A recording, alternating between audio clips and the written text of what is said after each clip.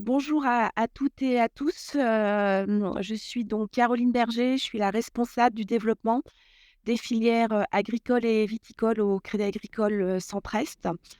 Donc, je vous souhaite la bienvenue à ce webinaire au nom de l'ensemble des équipes, et collaborateurs, de la caisse régionale. Donc, on a l'habitude de faire des webinaires, viticoles. On n'en avait pas fait l'année dernière, donc on reprend nos bonnes habitudes en 2024 avec un nouveau webinaire sur comment et pourquoi exporter. Même si on sait que sur notre territoire, la viticulture va plutôt pas mal, on a besoin en tant que chef d'entreprise, voilà, d'avoir toujours, plusieurs, arcs à cordes à son arc et pour ça, la viticulture est une des solutions pour avoir, des des solutions en fait, de marché différentes que le marché, français et donc ça nous a toujours, paru important de pouvoir, participer, avec, nos partenaires à ces sujets auprès de nos clients. Donc ce webinaire, j'espère, pourra vous apporter, voilà, les éléments, clés pour pouvoir, soit démarrer, à l'export, soit pouvoir, vous apporter une nouvelle vision pour ceux qui sont déjà partis. Voilà, c'est un marché qui reste dynamique sur, les vignobles de notre territoire, ça marche plutôt pas mal. L'export, on est plutôt des vignobles qui sont, sollicités dans les pays comme les États-Unis, et l'Europe du Nord. Donc, je pense que voilà, c'est des opportunités à saisir, notamment dans un contexte actuel où, voilà, développer de la valeur ajoutée sur son exploitation avec l'export, des éléments clés. Donc, voilà, je vous souhaite un beau webinaire. J'espère qu'il vous apportera le maximum d'éléments. Et je vais laisser la parole à Jérémy Vivos, mon collègue, pour qu'il puisse vous expliquer le programme, de la matinée et puis, à présenter les différents partenaires, qui vont intervenir, lors de ce webinaire. Super. Merci beaucoup, Caroline, pour l'introduction. Moi, je reprends la main. Donc, c'est Bénédicte Royer et moi-même du Centre d'affaires Développement International qui sommes à la baguette, à l'organisation de cet événement-là, en collaboration avec le marché de l'agriculture qui est représenté par Caroline. Donc, l'idée, c'est qu'aujourd'hui, la Caisse régionale du Crédit Agricole Centre-Est réunisse un certain nombre d'experts qui est dans notre carnet d'adresses, si vous voulez, pour répondre à votre besoin, ou en tout cas votre souhait de vous tourner vers l'export en viticulture, dans votre secteur d'activité. Donc, on a réuni un expert de notre groupe Crédit Agricole SA, donc Samuel Breneto en la matière, qui nous fera signe quand il se connecte. Et là, Samuel? Oui, bonjour, je suis là. Super, super, merci à toi. Donc, qui fera l'introduction sur le panorama du vin français à l'export. Puis c'est Mégane Gaulin qui représente le cabinet privé Altios qu'on présentera dans un second temps, qui parlera stratégie développement à l'international. On a Laure Pradon de la direction des douanes qui nous parlera règlement et opportunités business. Et Bénédicte et moi, nous clôturerons avec les outils bancaires qui sont à votre disposition pour sécuriser vos transactions à l'international. Samuel, je te laisse peut-être la main. J'ai intégré ta présentation au support global. On essaye de tenir moins d'une demi-heure par personne, ce serait pas mal. Peut-être 20 minutes, ce serait l'idéal, en fonction de ce que tu as à dire et de ce que tu peux faire. Très bien et bonjour à tous et Jérémy, pour passer les slides, tu me laisses la main ou c'est toi qui Si tu veux. les Moi, je peux les passer, mais si tu veux me faire une demande de prise, comme tu veux. Mais je peux les passer. Si tu me dis top, je passe, je suis dessus là. OK, bah, écoute, je te laisse les passer. Donc bonjour à tous, je suis, Samuel Brento, je travaille à la direction de l'agriculture et de l'agroalimentaire de Crédit Agricole SA et tu peux passer à la slide suivante, Jérémy et je travaille dans une équipe d'expertise. Il y a un expert par filière et moi j'ai en charge l'expertise sur les vins et les spiritueux et nos grandes missions, c'est de réaliser des études, des interventions auprès des clients, des institutionnels, comme c'est le cas aujourd'hui. Et puis, nous avons également les relations avec les organisations professionnelles viticoles. Tu peux passer, Jérémy. Alors, tout d'abord, je pense que c'est important de resituer la France dans le monde du vin. La France est dispose d'une filière puissante, hein. On a le leadership mondial dans la production des vins. On est un grand pays producteur. On a le deuxième vignoble du monde derrière l'Espagne. On est le deuxième producteur de vin du monde derrière l'Italie. Alors vous allez voir que cette année, on est même le premier producteur mondial. En termes d'emploi, c'est colossal, hein. Une exploitation agricole sur 5 en France a de la vigne, c'est 500 000 emplois directs et indirects. On est aussi, alors cette production, elle est soutenue par la consommation, hein. On est un grand pays consommateur également, le deuxième pays consommateur mondial en volume derrière les États-Unis, deuxième consommateur mondial par habitant. Et puis, le poids économique est colossal, hein. Il y a plus de 11 milliards d'exportations en valeur de vin. Et puis, la balance commerciale des vins et spiritueux, elle est excédentaire. C'est une bonne chose pour la balance française. Et c'est le deuxième poste d'excédent à plus de 15 milliards derrière l'aéronautique. Enfin, la viticulture, c'est 15% de la valeur de la production agricole française pour seulement 3% de la surface. Cependant, il y a des signaux d'alerte. Vous le voyez, vous le savez, c'est pleinement dans l'actualité, hein. La filière française, elle est confrontée à une crise profonde parce que elle est challengée par un manque de compétitivité sur certains segments, et notamment les vins d'entrée de gamme, une capacité d'adaptation à la demande probablement insuffisante, hein. Ça a été le cas avec les effervescents et comment dire, le gain de part de marché du Prosecco. Euh, euh, Comment dire, la concurrence est croissante et puis il y a aussi une baisse de la consommation domestique qui est problématique. Jérémy. Alors, ce qui est intéressant de voir, on l'a évoqué, c'est que cette année, la France redevient le premier producteur mondial de vin. Derrière l'Italie, ce n'était plus le cas, il me semble, depuis 2007. Mais la récolte française a été légèrement au-dessus de la moyenne cette année. Et puis l'Italie a connu une forte baisse de rendement, notamment en raison d'attaques de mildiou très importantes sur toute la partie sud de l'Italie. L'hémisphère sud a aussi enregistré sa plus faible production depuis 20 ans. Et donc la France prend cette place, mais il faut souligner, rappeler que l'enjeu et le challenge, hein, pour la France, ça sera de commercialiser sa production. Et c'est compliqué partout, hein. En Italie, les stocks sont au plus haut. En Espagne, Portugal, il y a des difficultés avec des dispositifs de distillation de crise. Au Chili, qui est un grand pays producteur, c'est pas simple non plus. Donc, vraiment, l'enjeu, c'est de vendre les vins. Jérémy. Et alors, Jérémy, on va voir donc l'évolution de la consommation, de la consommation des vins. Donc, vous le voyez là, sur le graphe de gauche, la consommation mondiale, eh bien, depuis 2017, elle ne progresse plus. Elle est stabilisée à 230 millions d'hectos.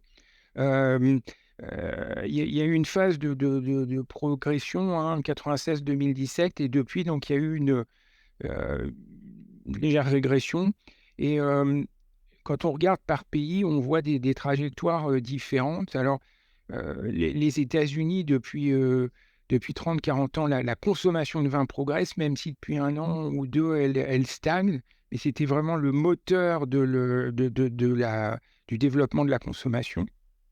Les pays comme la France, l'Italie, des pays traditionnels consommateurs, on a une consommation structurellement en baisse, même si l'Italie est assez intéressante à regarder parce que depuis quelques années, on a atteint on espère, hein, que c'est le cas, mais un plancher. Et on peut espérer que une trajectoire similaire pour la France, même si on verra que c'est pas du tout gagné. Et le pays qui a été, comment dire, sur lequel il y avait beaucoup d'espoir, c'est la Chine, où il y avait une consommation qui était structurellement en hausse. Et bien, depuis 2017, c'est plus le cas. C'est plus le cas parce que, pour différentes raisons, La raison principale, c'est que les pouvoirs publics misaient beaucoup sur le vin. Il y a eu une filière chinoise qui s'est créée et elle n'est pas au rendez-vous en termes de rentabilité. Et ça a un peu fait délaisser les Chinois du vin. Euh, et puis, il y a eu aussi tous les effets de la crise sanitaire qui ont quand même été importants en Chine. Jérémy? Donc, vous voyez une consommation mondiale qui progresse plus et c'est intéressant de s'intéresser, de regarder plus en détail la consommation française. Et en fait, donc, elle est structurellement en baisse. En 95 à 2020, on a perdu 10 millions d'hectos de consommation domestique.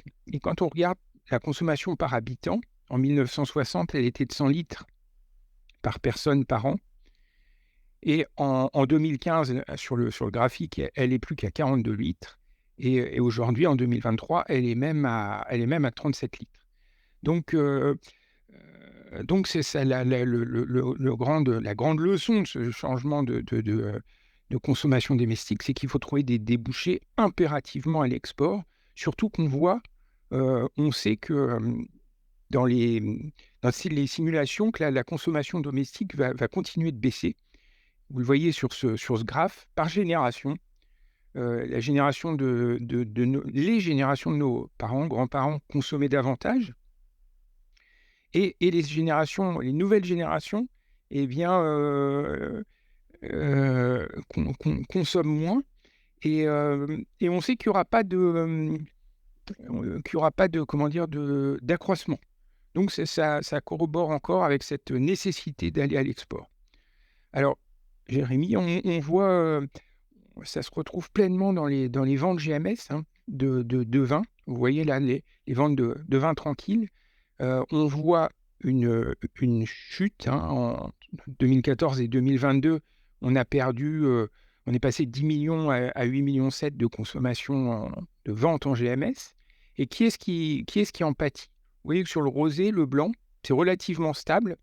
Le blanc, tout du moins, c'est stable. Le rosé, il y a des fluctuations suivant les années, parce que vous savez que c'est un produit qui dépend quand même de la météo estivale, la consommation. Et c'est le rouge qui pâtit pleinement de cette baisse de consommation, parce que c'était le vin de la consommation quotidienne, de la consommation aliment, entre guillemets, qu'on buvait avec la viande rouge notamment. Donc voilà, donc il y a une alerte, c'est pleinement médiatisé sur ce vin. Jérémy, alors là, ça s'arrêtait à 2022.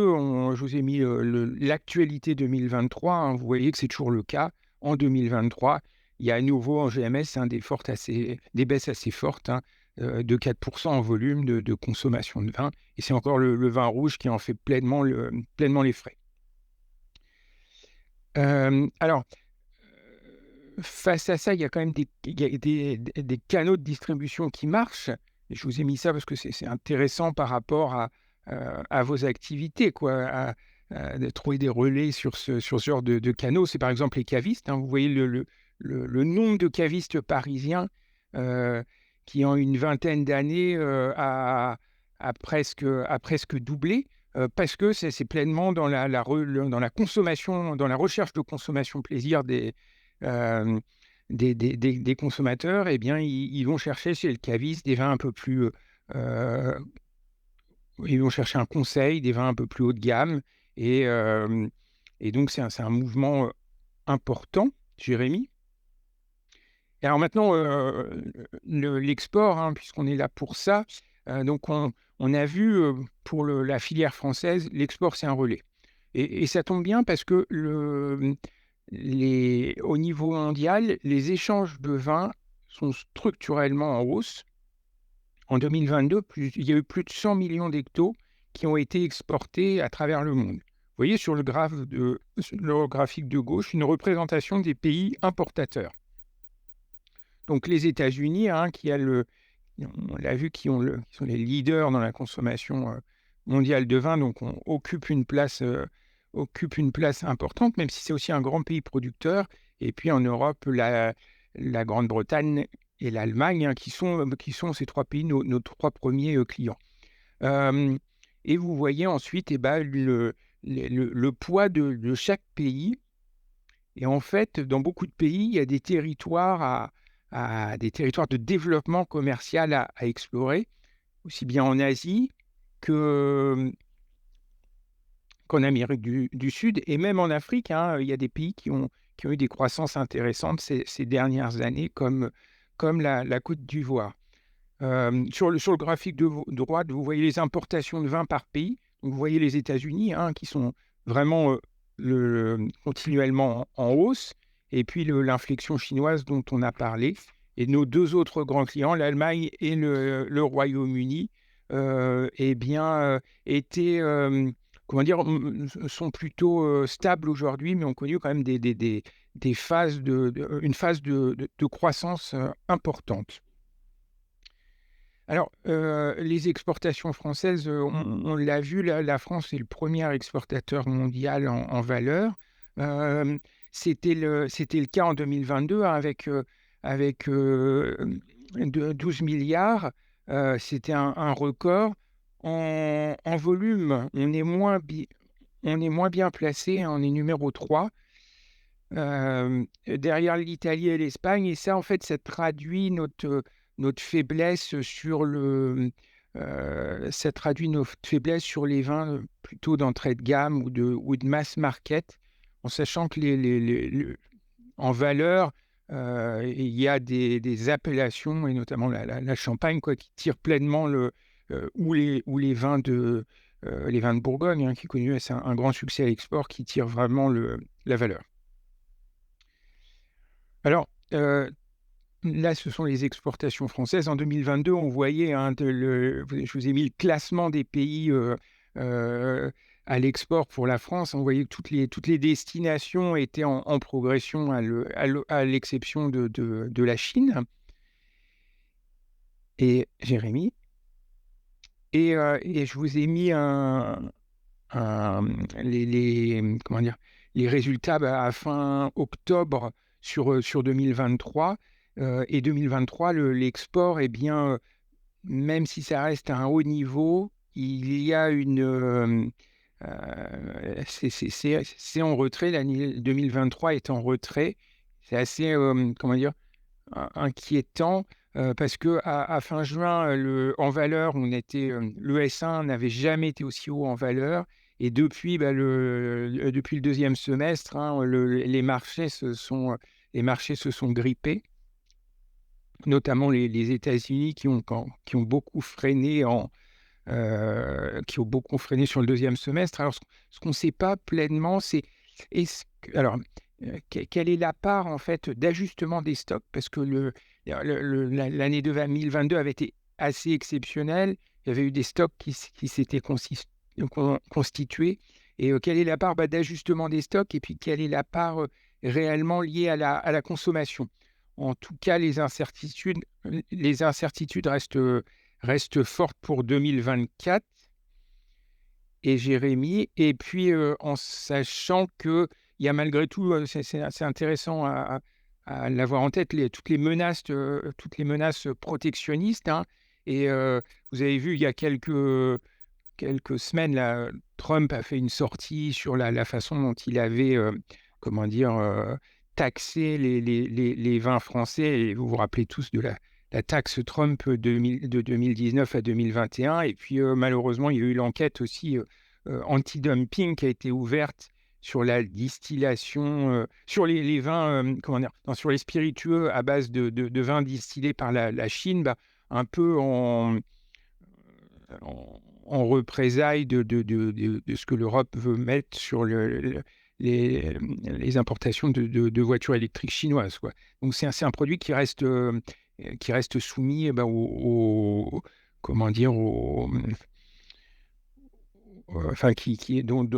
les pays se servent pour fragiliser les relations économiques. Jérémy, alors je vous ai mis quelques éléments sur la tendance de la filière, et notamment les tendances porteuses, et notamment à l'export. Alors il y a une tendance générale, c'est la premiumisation du vin.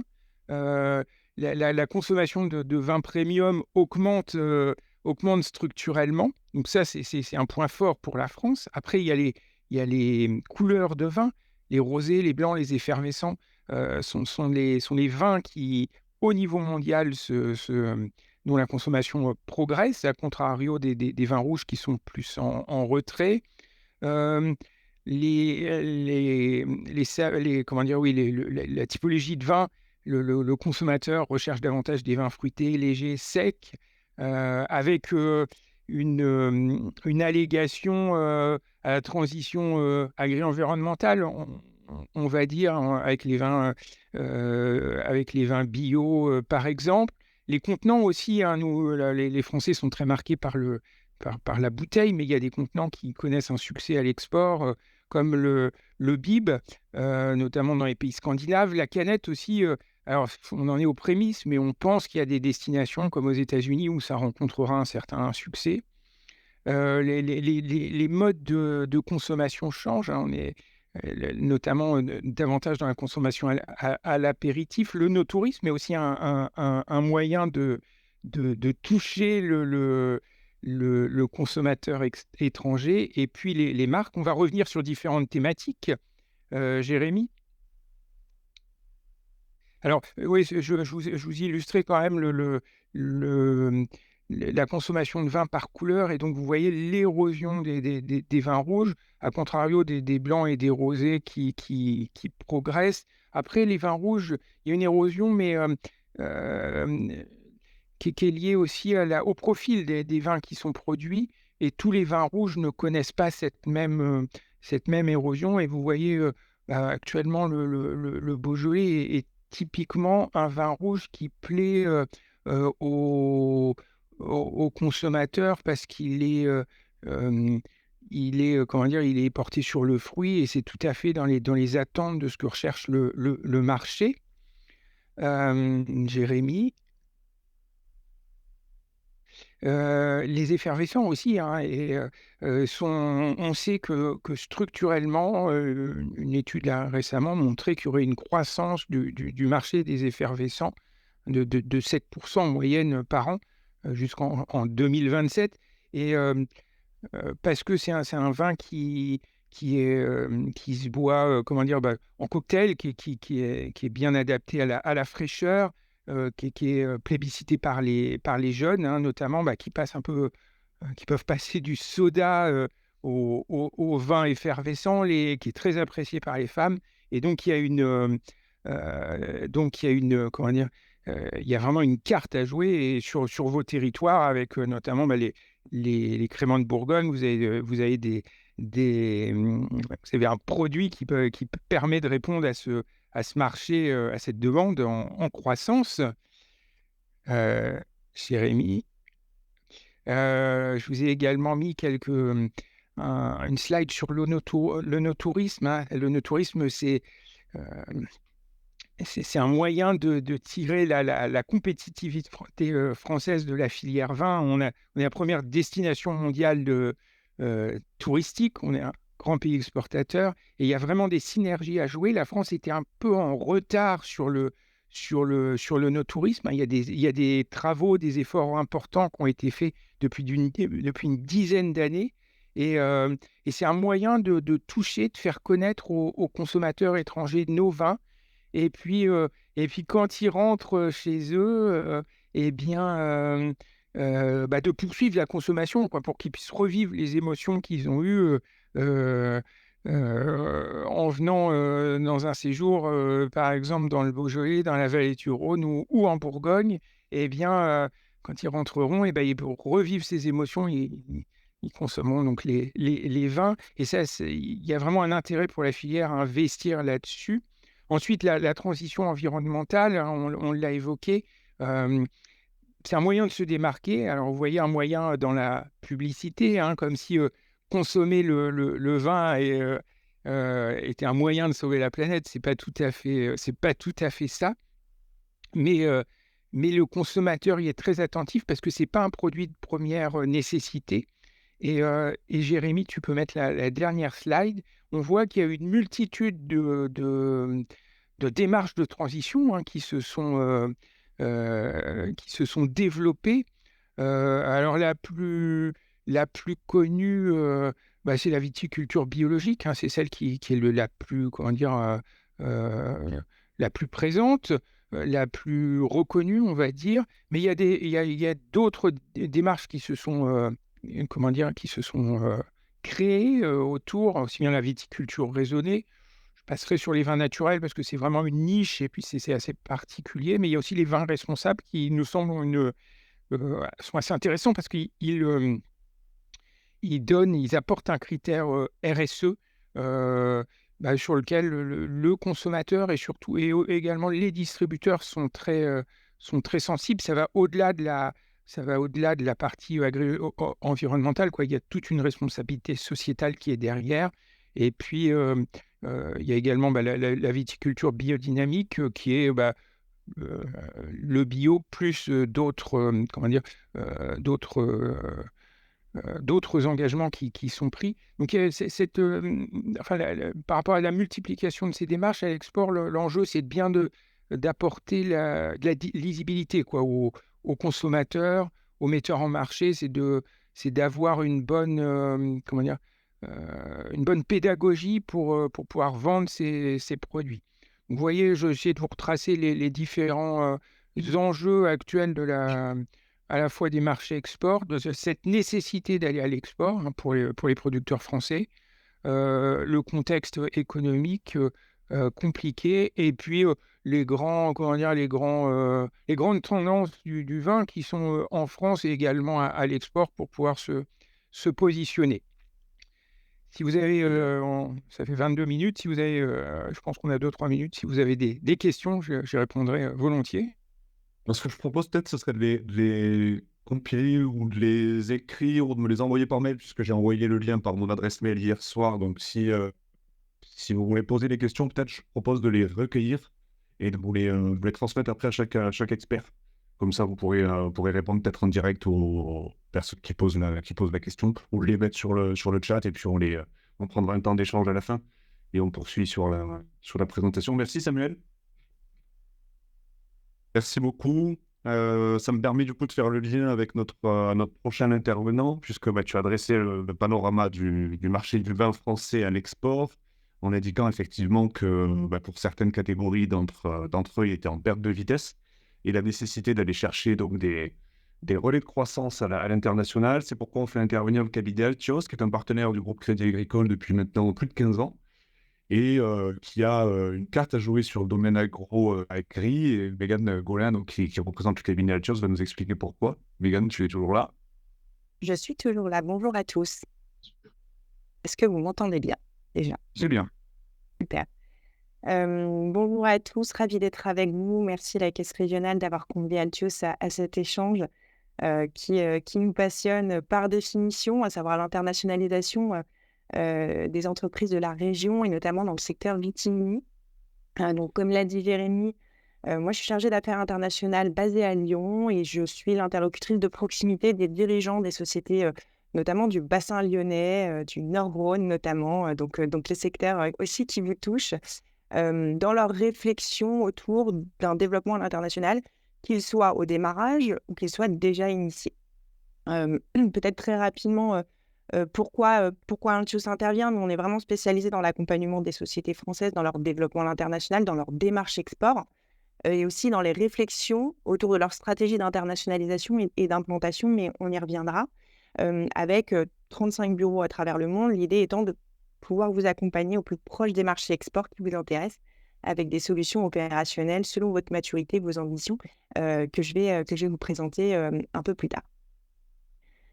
Alors, très rapidement, vous l'avez compris, on est des experts de l'international, généralistes par définition, mais c'est vrai que, comme l'a dit Jérémy, le secteur vitivinicole, c'est un secteur assez historique pour nous, que nous accompagnons depuis 30 ans, et qui nous a permis de constater des tendances assez évolutives au fil des années, qui rejoignent d'ailleurs tout à fait les éléments évoqués précédemment par Samuel, donc je vais pas tant m'étendre là-dessus, mais c'est vrai qu'évidemment, nos clients nous remontent cette stagnation, voire baisse de la consommation de vin en France, qui positionne vraiment les marchés internationaux comme un vrai relais de croissance, pour eux. On constate un changement un peu de verbatim de nos clients qui, il y a quelques années, nous parlaient de la volonté qu'ils avaient d'aller chercher des relais de croissance sur les marchés étrangers, de sortir du marché domestique pour aller voir un peu ce qui se faisait aussi ailleurs. Aujourd'hui, on est plutôt dans la nécessité ou quasi-nécessité de se dire qu'aujourd'hui, pour aller chercher des relais de croissance, il faut aller chercher des ouvertures de nouveaux marchés ou des structurations sur des marchés qui sont prioritaires. Alors, international et internationalisation, oui, le monde est vaste. Nous, ce qu'on constate de notre expérience, c'est qu'il est absolument nécessaire et obligatoire d'appréhender les marchés, chaque marché avec la bonne approche, pardon. Les marchés ayant chacun alors des tailles différentes, évidemment, des enjeux, des opportunités différentes également, qui nécessitent parfois des approches et des investissements qui sont très spécifiques. Évidemment, les grands marchés que Samuel a évoqués, à savoir les États-Unis, l'Allemagne, le Royaume-Uni notamment, sont des marchés éminemment porteurs et sur lesquels nous, on accompagne majoritairement. J'ai mis la Chine aussi parce que c'est aussi un marché sur lequel nous, je dirais, c'est les 4 marchés principaux sur lesquels on accompagne les clients du secteur vitivinicole.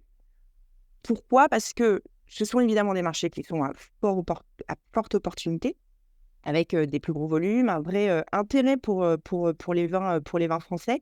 Mais ce sont aussi des marchés, vous n'êtes pas sans le savoir, avec une très forte concurrence, qu'on appelle nous des marchés de temps long. On aime bien faire la différence entre les sucres rapides et les sucres lents.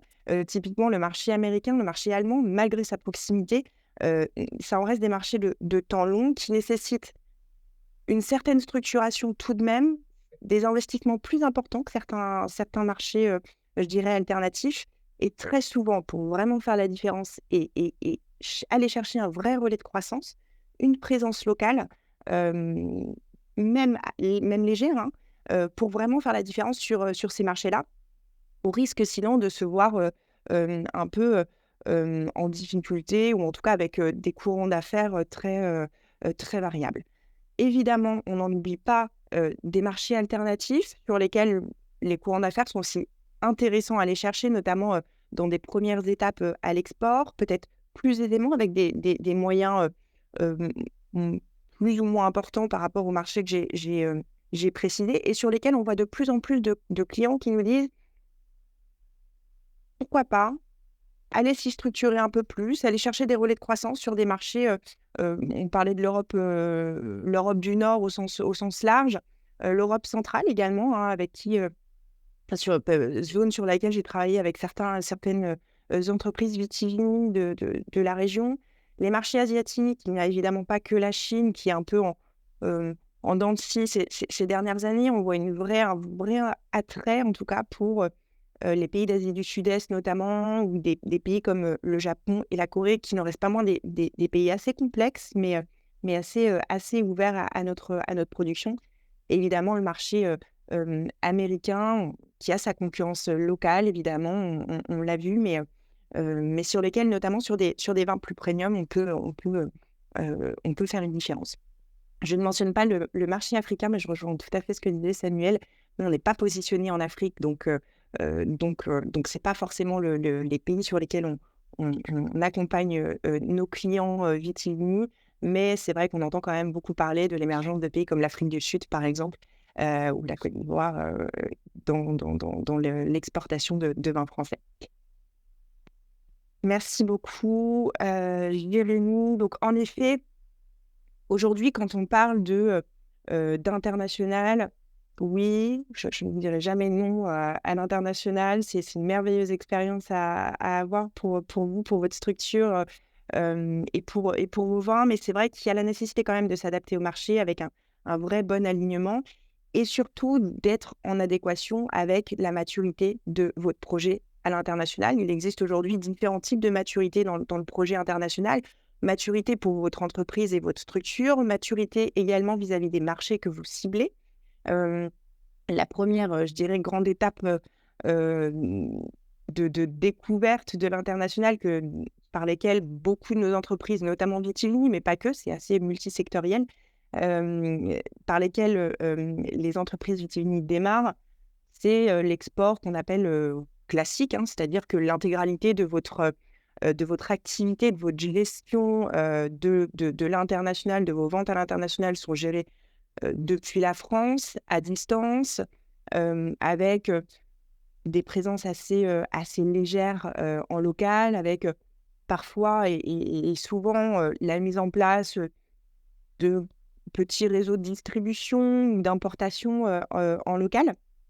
Jérémy, si tu peux passer, qui reste un incontournable, ça c'est vrai, pour démarrer à l'international, pour s'essayer à l'exercice.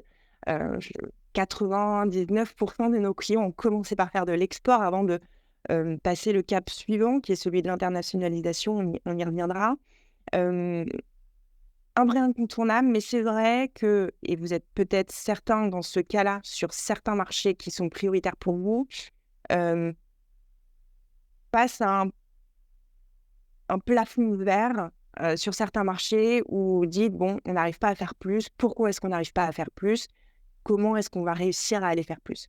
Donc, évidemment, des vrais enjeux et en tout cas des vraies opportunités pour l'export qui vous permet de maîtriser, je vous le disais, donc vos coûts, notamment au démarrage, d'ouvrir plusieurs marchés en parallèle, mais aussi et surtout, je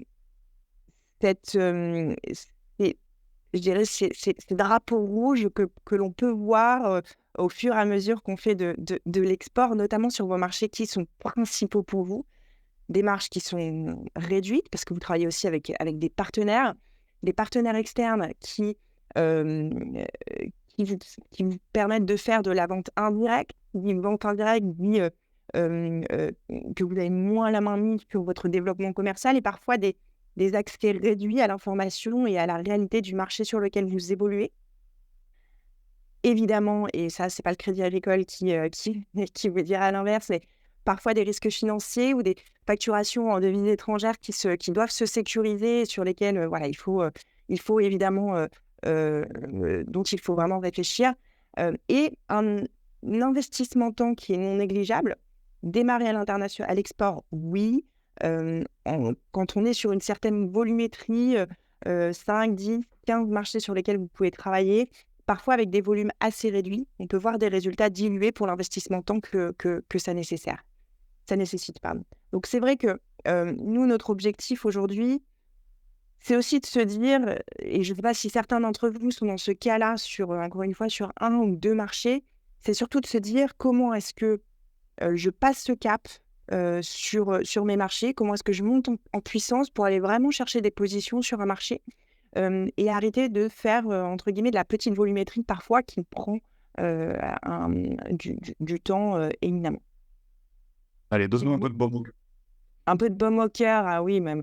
Moi j'y crois fort, hein, donc évidemment, l'idée, c'est de se dire simplement, et je vous le souhaite à tous, hein, d'être dans cette phase de réflexion-là, de vous poser ces bonnes questions pour aller chercher une approche peut-être un peu plus structurée, un peu plus différenciante de l'international, et notamment de vous poser ces bonnes questions de comment est-ce qu'aujourd'hui, moi, je me structure et quelle stratégie je mets en place pour passer un cap.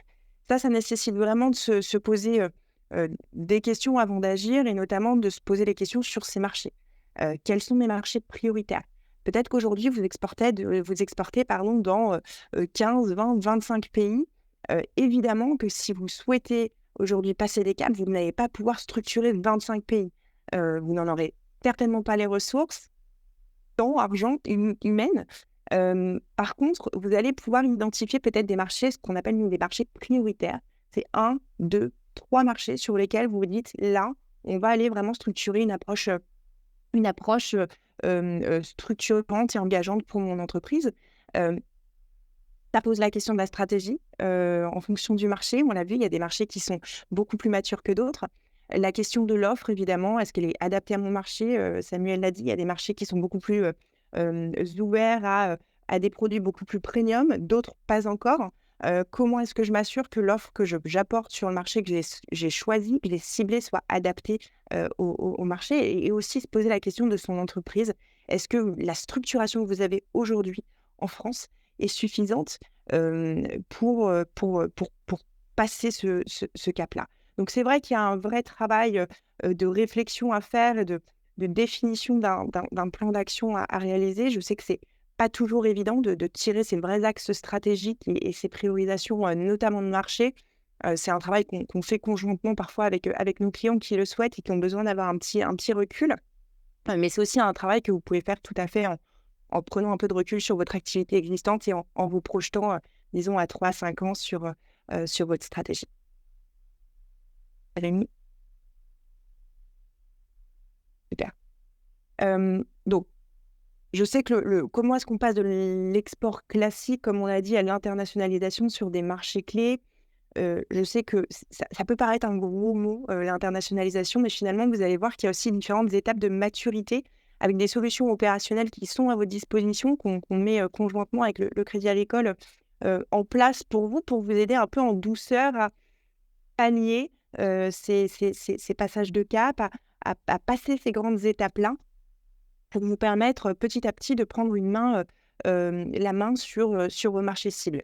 Le premier, évidemment, c'est de vous entourer, que ce soit par Altios, que ce soit par un autre acteur, hein, c'est pas tant ça la question, c'est par un conseil local et parfois passer même par une externalisation commerciale par des experts sur un marché. Je vous l'ai dit, nous, on est présents sur 35 pays.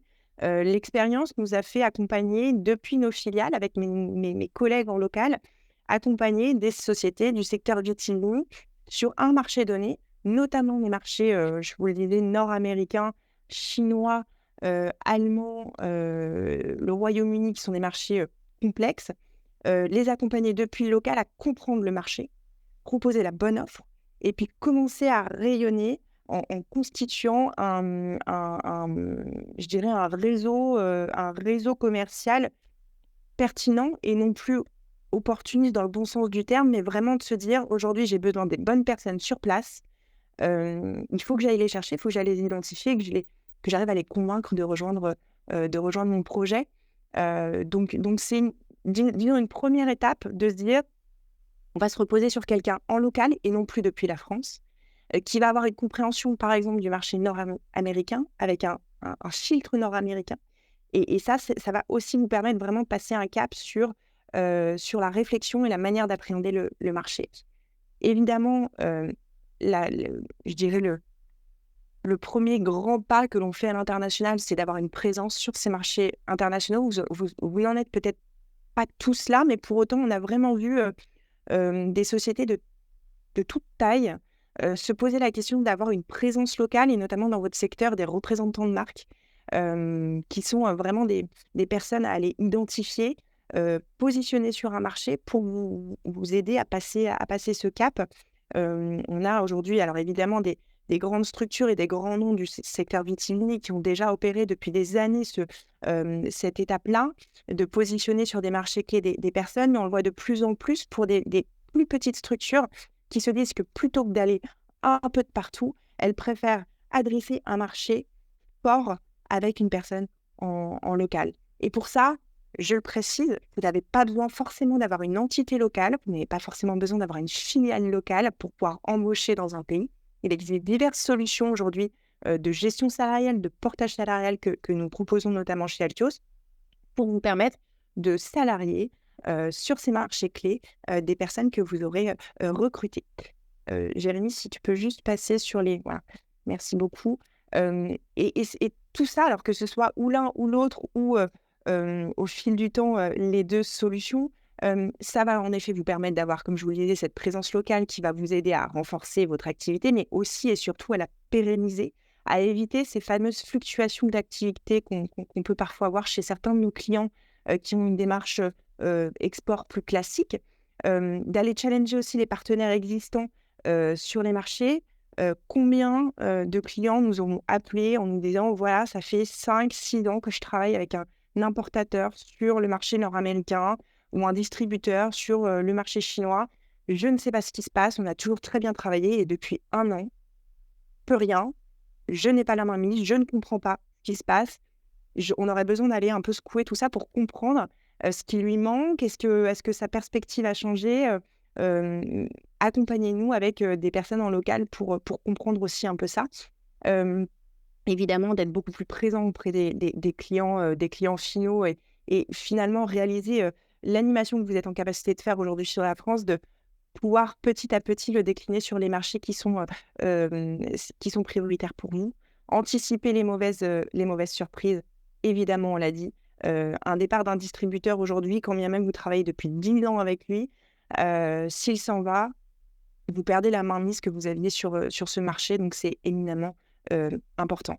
Rapid focus, je ne vais pas trop m'étendre. Certains d'entre vous le connaissent peut-être déjà sur le VIE, le volontariat international en entreprise, qui vous permet de recruter un jeune entre 18 et 28 ans, qui est un dispositif de business qui vous permet donc de recruter cette personne entre 18 et 28 ans pour des durées de 6 à 2 mois avec des aides aussi au niveau de Business France pour vous accompagner à moindre coût à avoir cette présence locale. C'est parfois une première étape qui vous permet en effet d'aller analyser un marché, identifier des courants d'affaires. Quelques bonnes pratiques quand même sur le VIE, si vous êtes certain, vous posez la question. Le VIE, c'est très bien pour démarrer sur un marché, pour avoir une présence locale, mais par contre, ça nécessite des bonnes pratiques qui sont absolument nécessaires. Une bonne formation. On n'en oublie pas qu'on s'adresse à des jeunes qui parfois n'ont pas énormément d'expérience professionnelle. Donc la formation et l'encadrement que vous allez leur proposer est éminemment importante. Un encadrement local également, notamment sur les marchés qui sont lointains. Je pense aux États-Unis par exemple. Nous, on impose aujourd'hui cet encadrement local par nos équipes experts des marchés pour éviter justement un détachement du VIE ou en tout cas aussi un certain mal-être sur ces marchés-là. Et un hébergement aussi. L'idée, c'est pas de les laisser un petit peu tout seuls dans la nature, mais vraiment de leur proposer des solutions d'hébergement pour qu'ils soient au sein d'une équipe et que l'expérience se passe bien mieux. Attention cependant à les envoyer sur de la prospection pure et dure sur un marché que vous ne connaissez absolument pas. Ça peut parfois être un petit peu compliqué, notamment sur des marchés assez vastes comme le marché nord-américain. Mais ça n'en reste pas moins une vraie aide, évidemment. Dernière plaquette, je vais peut-être aller très rapidement là-dessus, c'est sur l'implantation locale en tant que telle. Vous n'êtes probablement pas tous visés par ça, mais on a quand même certains de nos clients que l'on accompagne à partir d'une certaine volumétrie qui se posent la question de créer une entité locale. Nous, aujourd'hui, on a dans chacune de nos filiales des comptables pour assurer la gestion de ces entités-là. Posons-nous simplement, et avec Jérémy, Bénédicte et moi-même, on est là aussi pour réfléchir à tout ça. Est-ce que j'ai la nécessité aujourd'hui de créer une structure en local? Pourquoi est-ce que je le ferais? Quels sont mes besoins? Et évidemment, conjointement avec le groupe Crédit Agricole sur les ouvertures de comptes bancaires et Altios sur la partie création et gestion de ces filiales locales, même si ce sont des petites structures, à votre disposition, évidemment, pour en parler le cas échéant, étant la dernière un peu grande étape de votre développement international et internationalisation. Je vous remercie en tout cas et à votre entière disposition si vous avez des questions sur ces sujets-là. Ok, super. Merci Mégane de nous avoir présenté donc du coup les solutions d'accompagnement du groupe Altios. Effectivement, comme tu le précisais, on ne doute pas que ce soit à la disposition de nos clients pour repréciser tout ça en privé, peut-être par notre intermédiaire à nous. Encore une fois, on vous invite à passer par vos interlocuteurs habituels à la caisse régionale, peut-être votre chargé d'affaires agricole, ou peut-être nous en direct, et on saura vous remettre en relation avec Mégane et avec Altios en général. Je vais demander à Laure de prendre le relais. Donc Laure Pradon qui nous accompagne aujourd'hui de la direction régionale des douanes et droits indirects de Lyon pour évoquer avec nous quelques aspects réglementaires de l'export en viticulture, mais aussi quelques opportunités business, puisque tu vas revenir sur les accords de libre-échange en cours. Laure, tu es avec nous? Oui, vous m'entendez? Super. Oui, très bien. Oui, parfait. Bonjour à tous. Merci déjà au Crédit Agricole de nous laisser la parole pendant ce webinaire de manière à ce qu'on vous présente un petit peu quelques obligations et quelques opportunités qui s'offrent à vous. Je pense que les précédentes interventions vous ont, j'espère, convaincu de vous lancer à l'export. Donc, entre autres, l'objectif de ma venue, c'est aussi de vous dire que l'export, c'est très bien et surtout, ne vous bloquez pas pour une crainte réglementaire. Alors, je sais que les viticulteurs ont énormément à faire à la douane en termes de déclaration pour les récoltes, pour toutes les formalités liées au vin. ne voyez pas l'export comme des obligations en plus. Il y a des obligations, c'est sûr, mais elles sont relativement simples pour ce type de produit. Donc, voilà, l'idée de ma présentation, c'est ne vous freinez pas pour une histoire administrative. Vous allez voir, c'est assez simple et on est là pour vous accompagner. Alors, je vais juste dire un tout petit mot sur la CCE, la cellule conseil aux entreprises des douanes, pour ceux qui ne la connaîtraient pas. Donc, vous avez une cellule conseil dans toutes les directions régionales des douanes. Donc, on est une quarantaine de cellules réparties sur la métropole et en outre-mer. On est là pour répondre à vos questions, vous accompagner. Le principe, c'est vous nous appelez, vous nous envoyez un mail, on peut vous proposer un rendez-vous en visio, en présentiel, chez nous, chez vous. Enfin voilà, on est disponible pour répondre à toutes vos questions. Nous, la cellule conseil, on fait vraiment tout ce qui a trait à l'export. Alors, sachant que l'export, dans le langage douanier, c'est vraiment ce que vous appelez souvent le grand export, c'est hors Union européenne. Je dirais un mot ou deux sur l'intracommunautaire, mais vraiment, les formalités s'appliquent dans le grand export, puisque forcément, depuis que l'Union européenne est un marché unique, il n'y a plus de formalités douane entre les pays de l'Union. Donc voilà.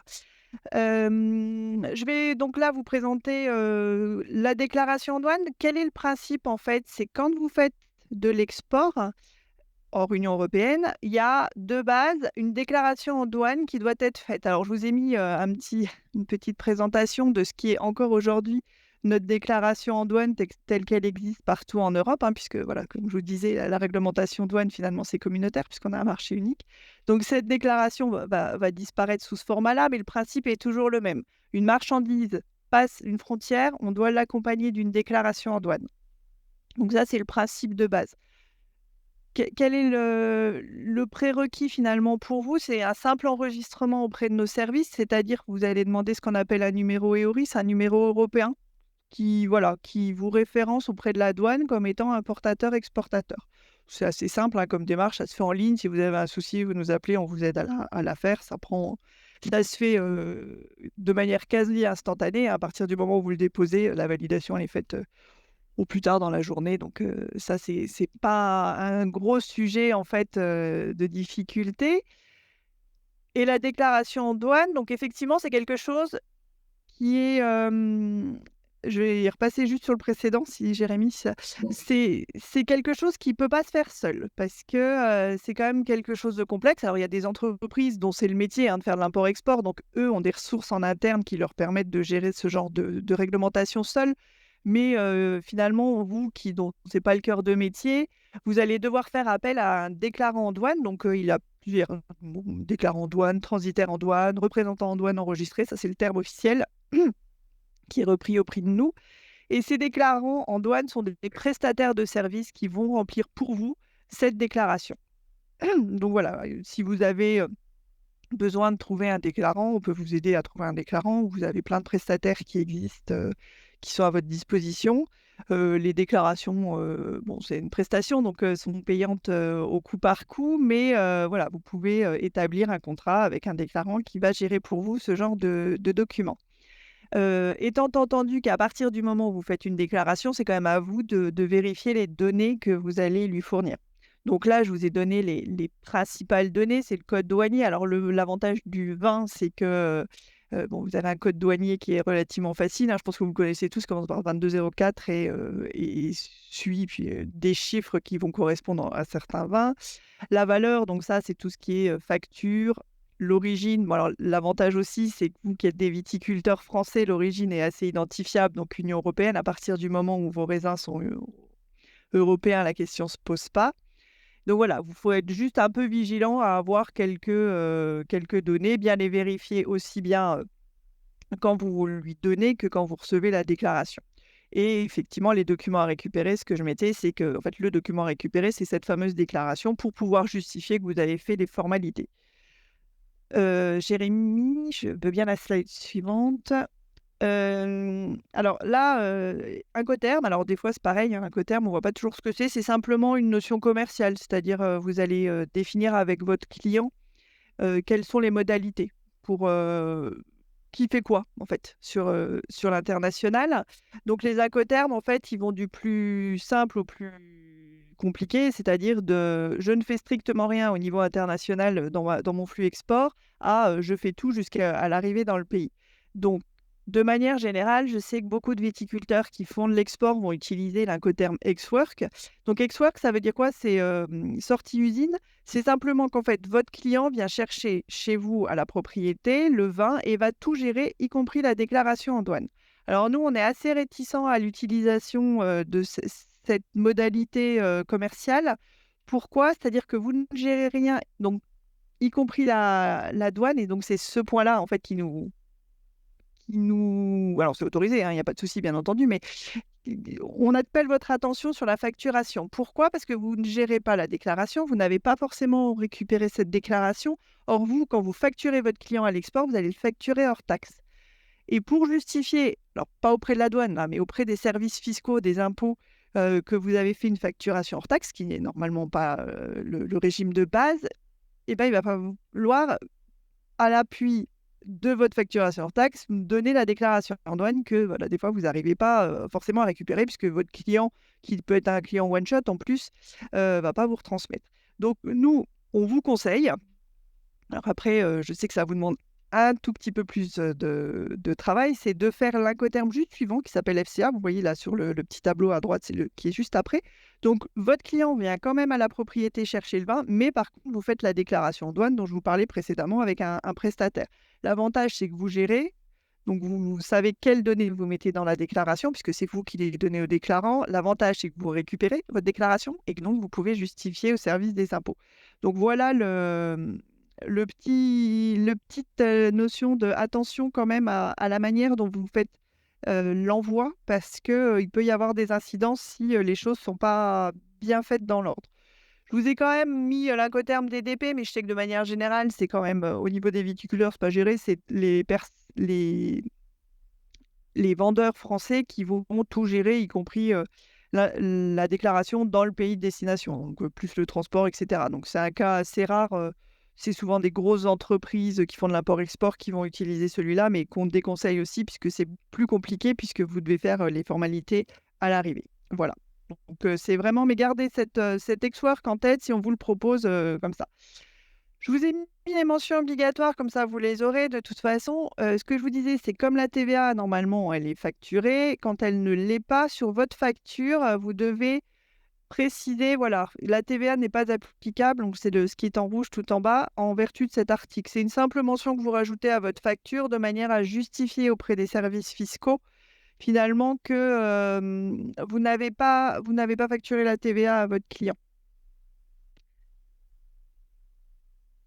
Alors, un petit mot sur les mentions obligatoires. Voilà, donc sur le DAE. Alors, je ne m'étendrai pas sur le DAE et le DSA, qui sont les deux slides consécutives. Comme vous le savez, vous avez une réglementation qui est liée à la circulation des axes. Donc ça, je pense que c'est quelque chose que vous avez l'habitude de gérer et que vous faites mensuellement et voire annuellement quand il y a des inventaires. C'est une réglementation. Alors là, pareil, de la même manière que nous, on est CCE, on aide pour les opérations d'import-export. Vous avez au sein de notre direction, donc au sein même du même service, hein, c'est ma voisine de bureau, elle gère exclusivement tout ce qui est réglementation CI, donc contribution indirecte, donc tout ce qui est lié au vin. C'est elle qui peut répondre sur des questions réglementaires, donc sur ces titres de mouvements, hein, donc le DAE, qui sont les mouvements, les titres qui justifient les mouvements en suspension de droit, mais aussi les DSA qui sont pour les circulations de vins qui, eux, ont acquitté les droits. Juste, il y a une petite incidence, parce que quand votre vin circule sur le territoire de l'Union, donc il est sous un titre de mouvement, il circule sous un titre de mouvement, donc en suspension sous DAE et en acquitté sous DSA, et il va falloir justifier finalement que votre produit il sorte bien du territoire de l'Union. Donc en fait, ce qui va apurer en fait ce DSA ou ce DAE, ce DAE, c'est justement l'export. Votre marchandise circule de votre propriété jusqu'au point de sortie de l'Union européenne. Au point de sortie de l'Union européenne, il y a une déclaration en douane, donc qui est vraiment la prise en charge de l'export, et votre marchandise part. Et donc ce DSA ou ce DAE sont apurés sur la déclaration. Donc il faut bien penser quand vous allez donner les informations à votre déclarant en douane, au moment où vous créez ce titre de circulation, de bien lui donner des indications relatives à ce DSA ou ce DAE pour qu'il l'indique sur la déclaration en douane. Et comme ça, c'est apuré ensuite dans votre comptabilité matière pour ce qui est de la circulation sur notre territoire. Voilà, donc en fait, si vous voulez, là, je vous ai présenté finalement tout ce qu'il y avait à faire au niveau de l'export. Donc, somme toute, vous voyez, c'est pas quelque chose qui est vraiment rédhibitoire. C'est déjà une déclaration, c'est un one shot, c'est pas quelque chose qui se fait de manière compliquée, de manière régulière. C'est vraiment à partir du moment où vous exportez, vous faites votre déclaration. Donc, vraiment, ne voyez pas ça comme quelque chose de compliqué. Sachant qu'encore une fois, voilà, on est à votre disposition pour pouvoir vous aider à remplir l'ensemble des documents. Alors, je vais juste vous parler de l'origine préférentielle. Alors, ça peut sembler un peu barbare comme terme, mais c'est assez simple. En fait, qu'est-ce qui se passe? C'est qu'entre l'Union européenne et des pays tiers ont été signés des accords de libre-échange. Alors, quel est le principe? Les accords de libre-échange, c'est que l'Union européenne souhaite obtenir et faire bénéficier donc, des partenaires des avantages. Donc, ça a été très largement utilisé puisqu'il y a plus de 70 pays avec lesquels on a des accords. On continue d'ailleurs, enfin l'Union européenne continue d'ailleurs à signer des accords. Donc le prochain qui devrait paraître prochainement, c'est la Nouvelle-Zélande. Et donc ces accords, au fur et à mesure des années, voilà, ça augmente. Alors il y a des choses qui sont modifiées parfois, mais globalement, le principe est toujours le même. C'est qu'on octroie des avantages aux parties signataires. Donc quel est l'avantage principal? Parce que les accords de libre-échange, ça peut faire 800, 900 pages. Mais vous, en ce qui vous concerne, quel est l'avantage? C'est d'être compétitif. C'est-à-dire que dans la plupart d'ailleurs pour le vin, des accords qui existent, ça permet de faire bénéficier à votre client d'exonérer des droits de douane. C'est-à-dire en justifiant finalement que vous êtes européen, enfin, vos produits sont européens, les taxations vont passer alors c'est souvent très élevé en plus pour le vin, à l'arrivée, ça peut être même jusqu'à 20% de droits de douane, à un taux de droit de douane réduit, voire nul. Donc le principe, c'est de justifier finalement que vos produits sont bien origine Union européenne, selon les règles reprises dans l'accord. Alors, je vais repasser à la slide suivante. Alors, l'origine préférentielle, il va falloir, le vérifier. Donc, le vérifier, c'est assez simple. De manière très générale, alors, je n'ai pas repris les X accords qui existent. Alors, il n'y a pas autant d'accords que de pays, puisque certains pays ont été regroupés sur un accord. Par exemple, typiquement, la Pan-Euromède, tous les pays du bassin méditerranéen, la Suisse, la Norvège, donc les pays de la LE sont regroupés dans un accord qui s'appelle la Pan-Euromède. Donc voilà, dans chacun des accords, vous avez les notions. Immense avantage pour le vin, finalement, c'est que le vin, la condition, c'est que les raisins soient Union européenne pour pouvoir bénéficier de cet avantage. Donc effectivement, vous, en tant que viticulteur français, automatiquement, vous obtenez cet avantage. En revanche, ce qu'il faut, c'est pouvoir le justifier. C'est-à-dire que vous devez indiquer sur votre facture, de manière à ce qu'à l'arrivée, en fait, votre client puisse bénéficier de cet avantage, vous devez pouvoir le justifier. Alors, il y a plusieurs méthodes pour le justifier. Les méthodes vont varier selon les accords et selon les montants que vous exportez. En général, le montant, c'est 6 000 € par envoi. C'est souvent ça, sauf les PTOM. Donc, les PTOM, c'est les pays et territoires d'outre-mer. Donc, vous avez la Nouvelle-Calédonie en particulier et la Polynésie qui en font partie. Où là, c'est 10 000 €. En deçà de 6 000 €, vous pouvez faire une simple attestation sur facture. C'est-à-dire que sur votre facture, vous allez dire que votre produit est bien origine UE au regard de l'accord. Alors, c'est une formule qui est établie dans les règlements. Donc, si vous avez besoin de cette formule, vous nous appelez, on vous enverra la formule à reprendre et à indiquer sur votre facture. Et donc comme ça, à l'arrivée, lors de la déclaration d'importation, donc dans le pays d'arrivée, le déclarant du pays d'arrivée va pouvoir en fait exonérer votre client des droits de douane. Si jamais, et je vous le souhaite, de faire des gros envois, vous allez au-delà de ces quantités. Au-delà de ces quantités, il va falloir le justifier de 2 manières différentes. Soit c'est par un document, donc c'est un document complémentaire, on appelle le UR1 ou EURMED pour certains accords, qui est un document qui est acheté auprès de la CCU, donc votre déclarant en douane va vous le facturer au moment de l'envoi.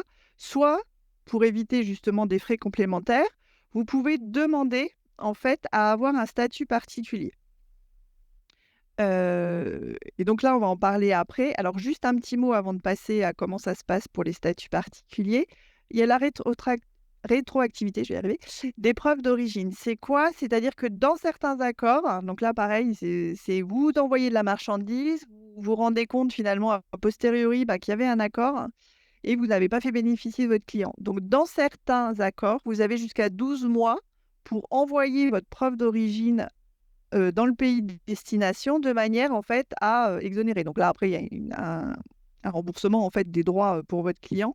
Mais voilà, sachez qu'en cas d'oubli sur certains accords, vous pouvez avoir cette rétroactivité.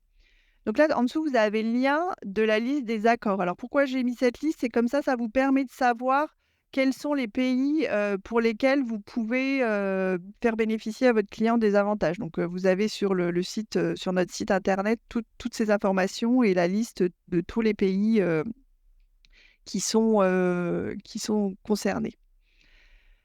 Alors, les accords de libre-échange, juste en fait, il faut, avant même de se lancer quand même dans l'idée de demander un statut, de demander un EUR1, il faut quand même juste vérifier s'il y a des droits de douane. En gros, l'idée, c'est pourquoi faire des démarches si de toute façon, il y a déjà 0 droit de douane à l'arrivée.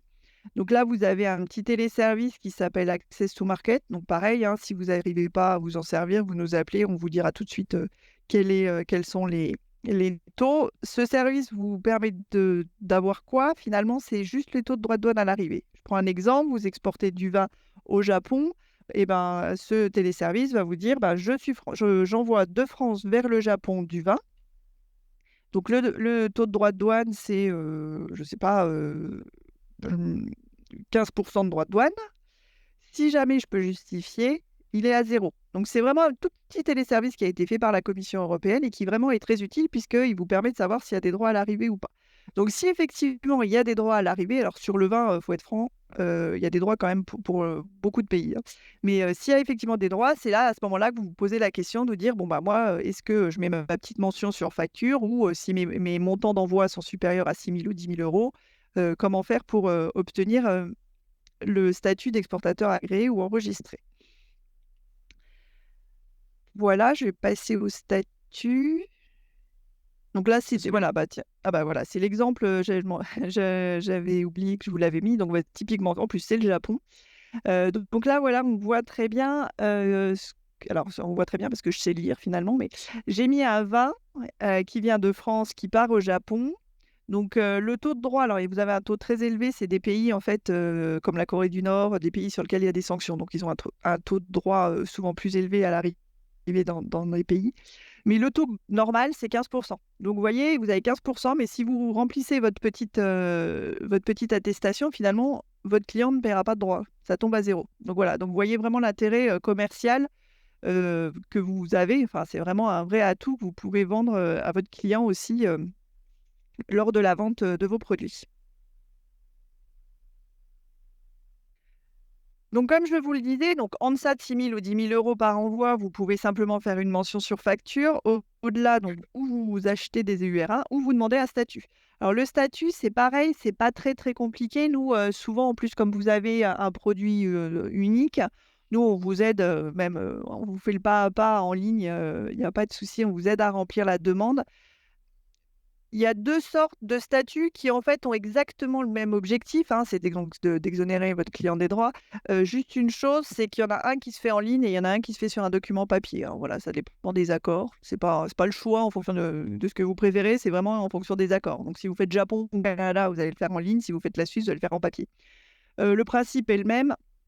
il faut voilà, donner vos coordonnées, dire que c'est du produit qui est origine Union européenne et que vous vous engagez à justifier que c'est bien des produits européens en cas de contrôle. Voilà, en gros, c'est juste ça. Donc, pour du vin fait en France, c'est relativement rapide.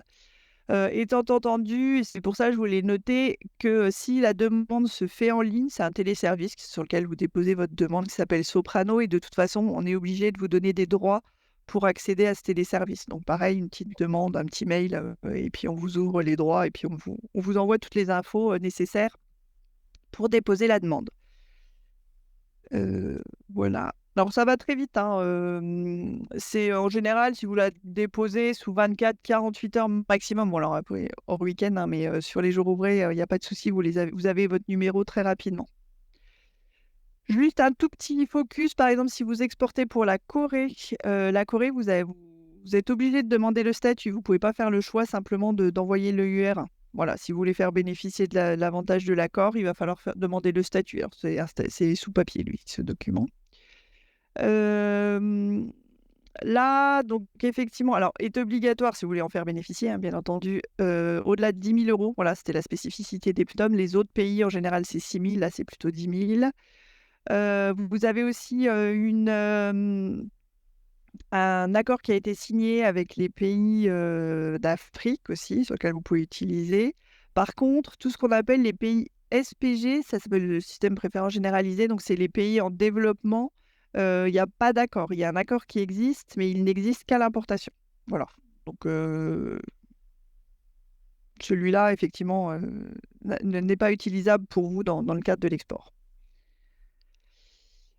Le Japon, je l'avais noté parce que le Japon, il est très, très, très important, avec plus de 90% qui vont être supprimés des droits de douane, donc avec un objectif de 97%. Donc, vous voyez, ça a été un gros accord. Donc, vraiment, celui-là, n'oubliez pas, hein, le Japon existe. Vous l'avez le Vietnam, donc la Panorama qui regroupe. Et donc, le Royaume-Uni qui a quitté l'Union, faites attention.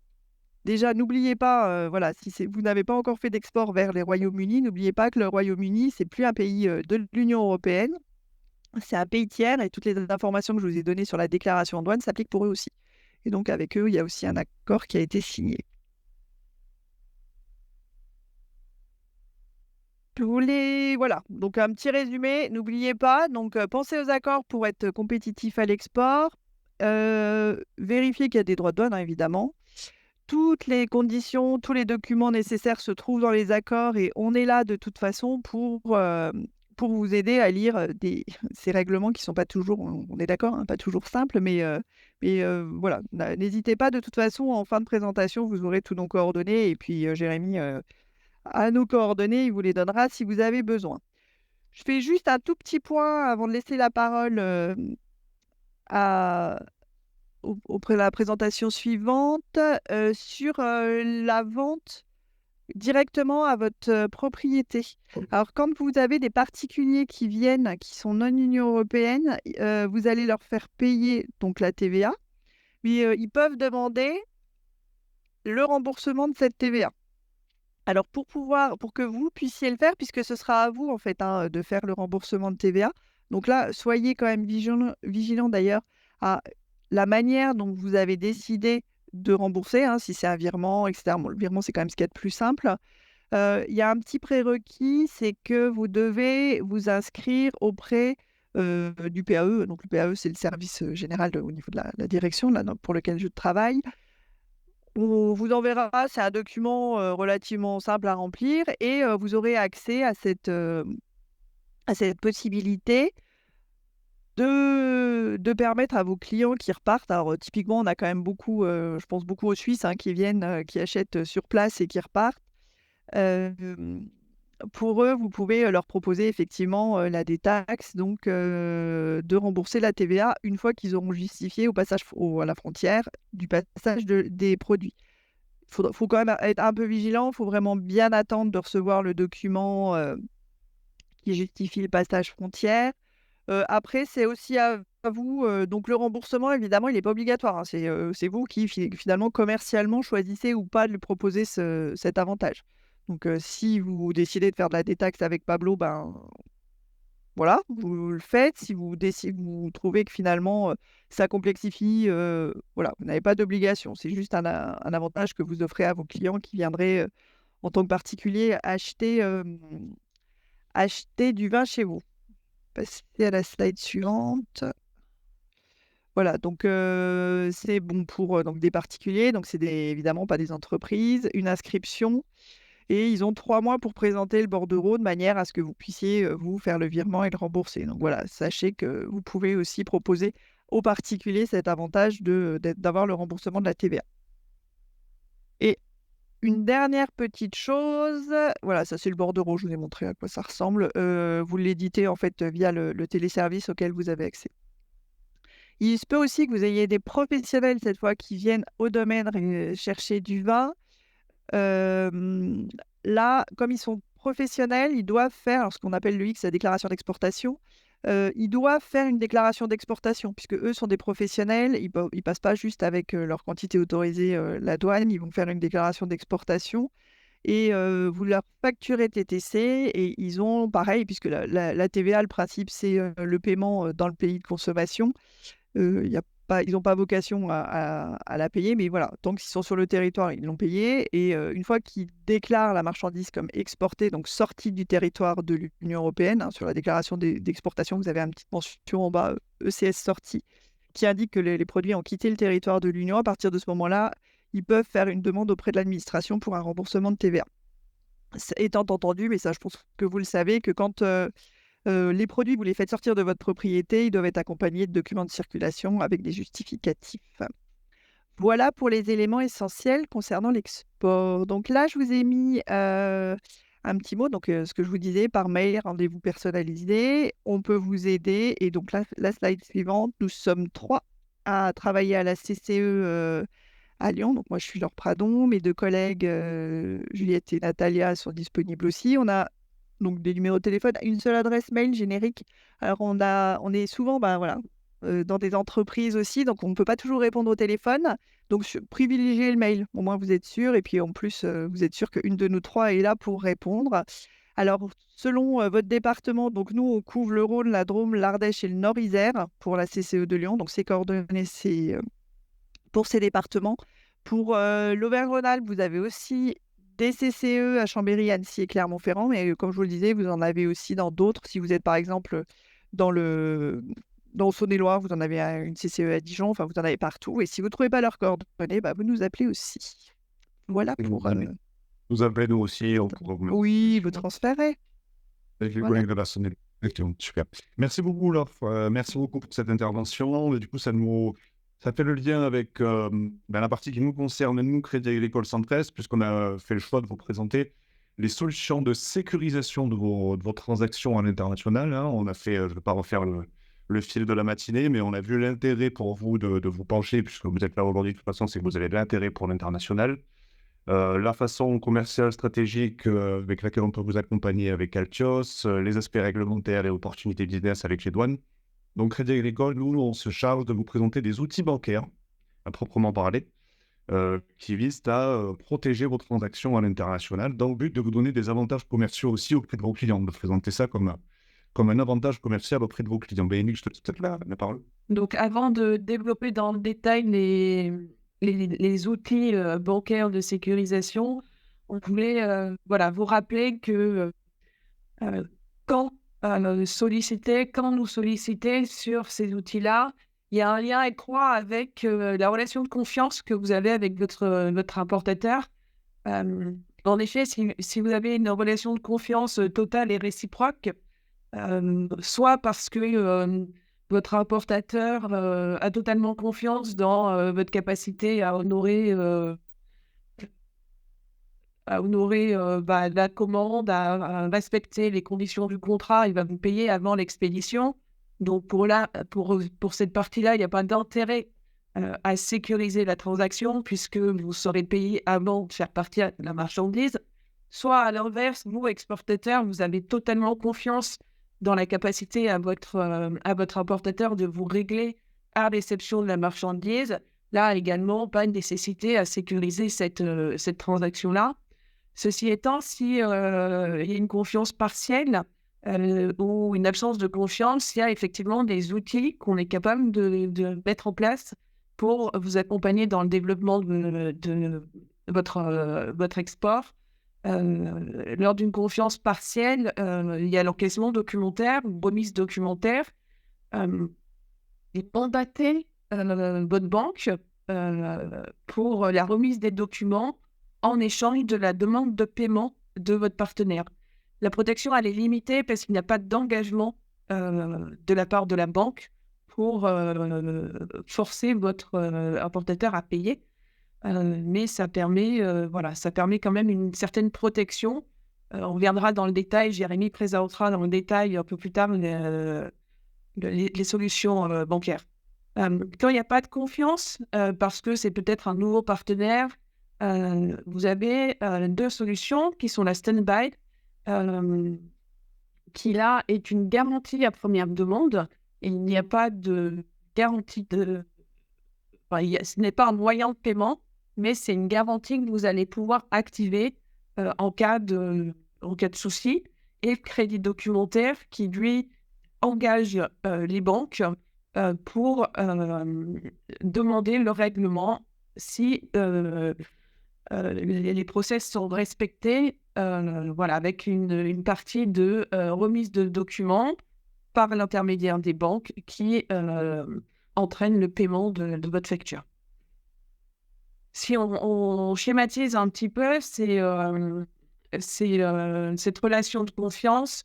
Je dois te passer la slide. Oui, voilà. Donc, en fait, vous êtes représenté sur la ligne du haut en vert foncé. Donc, de la solution la moins sécurisée à la solution la plus sécurisée pour sécuriser votre transaction. Il y a une contrainte il y a des contraintes pour votre importateur. Plus la sécurisation pour vous est importante, plus cela entraîne une contrainte pour votre partenaire. Si nous prenons par exemple le paiement en avance, pour vous, c'est parfait parce que vous êtes payé, la marchandise part. À l'inverse, pour votre importateur, il se démunit de cette trésorerie alors qu'il n'a pas de marchandise en face. Après, la deuxième solution, donc très sécurisante pour vous, est le crédit documentaire, comme on l'a évoqué un peu plus tôt. Pour l'importateur, ça a un impact, c'est une lourdeur administrative d'une part, mais également, ça demande un engagement de sa banque pour ouvrir ce crédit documentaire. Voilà, l'encaissement documentaire, où là, la sécurisation est moindre pour vous parce qu'il n'y a pas d'obligation, vous n'êtes pas garantie du paiement, mais c'est plus léger pour votre partenaire qui, lui, doit... parce que c'est sur remise de documents. Donc, ça demande moins de contraintes administratives. Il n'y a pas d'engagement. Et il n'y a pas d'engagement bancaire de son côté à lui. Et enfin, le moins sécurisant pour vous, qui est le paiement après expédition, ou qui est très confortable pour votre partenaire, puisque lui attend d'avoir la marchandise pour vous régler. Donc, il faut trouver, en fonction de la relation de confiance avec votre importateur, l'outil le plus adapté pour sécuriser vos ventes.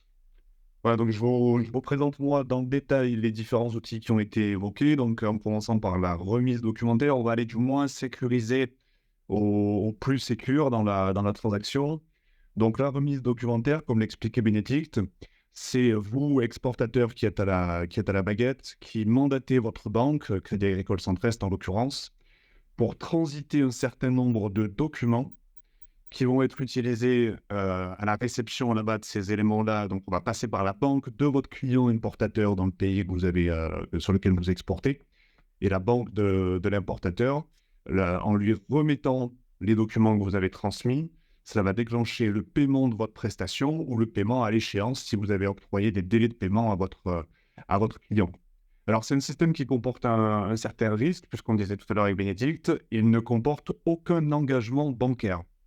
Comprenons-nous, si vous décidez d'exporter de la marchandise dans un pays étranger par le biais d'une remise documentaire et que le temps du transit de la marchandise jusqu'à destination, votre acheteur change d'avis, pour une raison ou une autre, ou alors a une contrainte personnelle de santé suffisamment grave pour l'empêcher de venir chercher ces documents auprès de sa banque, eh bien, vous n'êtes pas réglé puisqu'il n'est jamais venu chercher ces documents auprès de son établissement bancaire. Donc, plutôt une solution à privilégier avec des relations, ce qu'on disait tout à l'heure, où il y a un petit peu de confiance malgré tout, ou peut-être des relations avec lesquelles vous aviez l'habitude de demander des paiements par avance, ultra sécurisés, mais vous avez tellement de bonnes relations historiques dans le temps, vous voulez étendre un petit peu la relation, vous passez par une remise documentaire, vous gardez un petit peu la main dans le sens où c'est avec les documents originaux qu'il va pouvoir aller dédouaner sa marchandise à l'arrivée, ou en tout cas récupérer sa marchandise auprès du transitaire à l'arrivée, mais ça ne comporte pas d'engagement bancaire.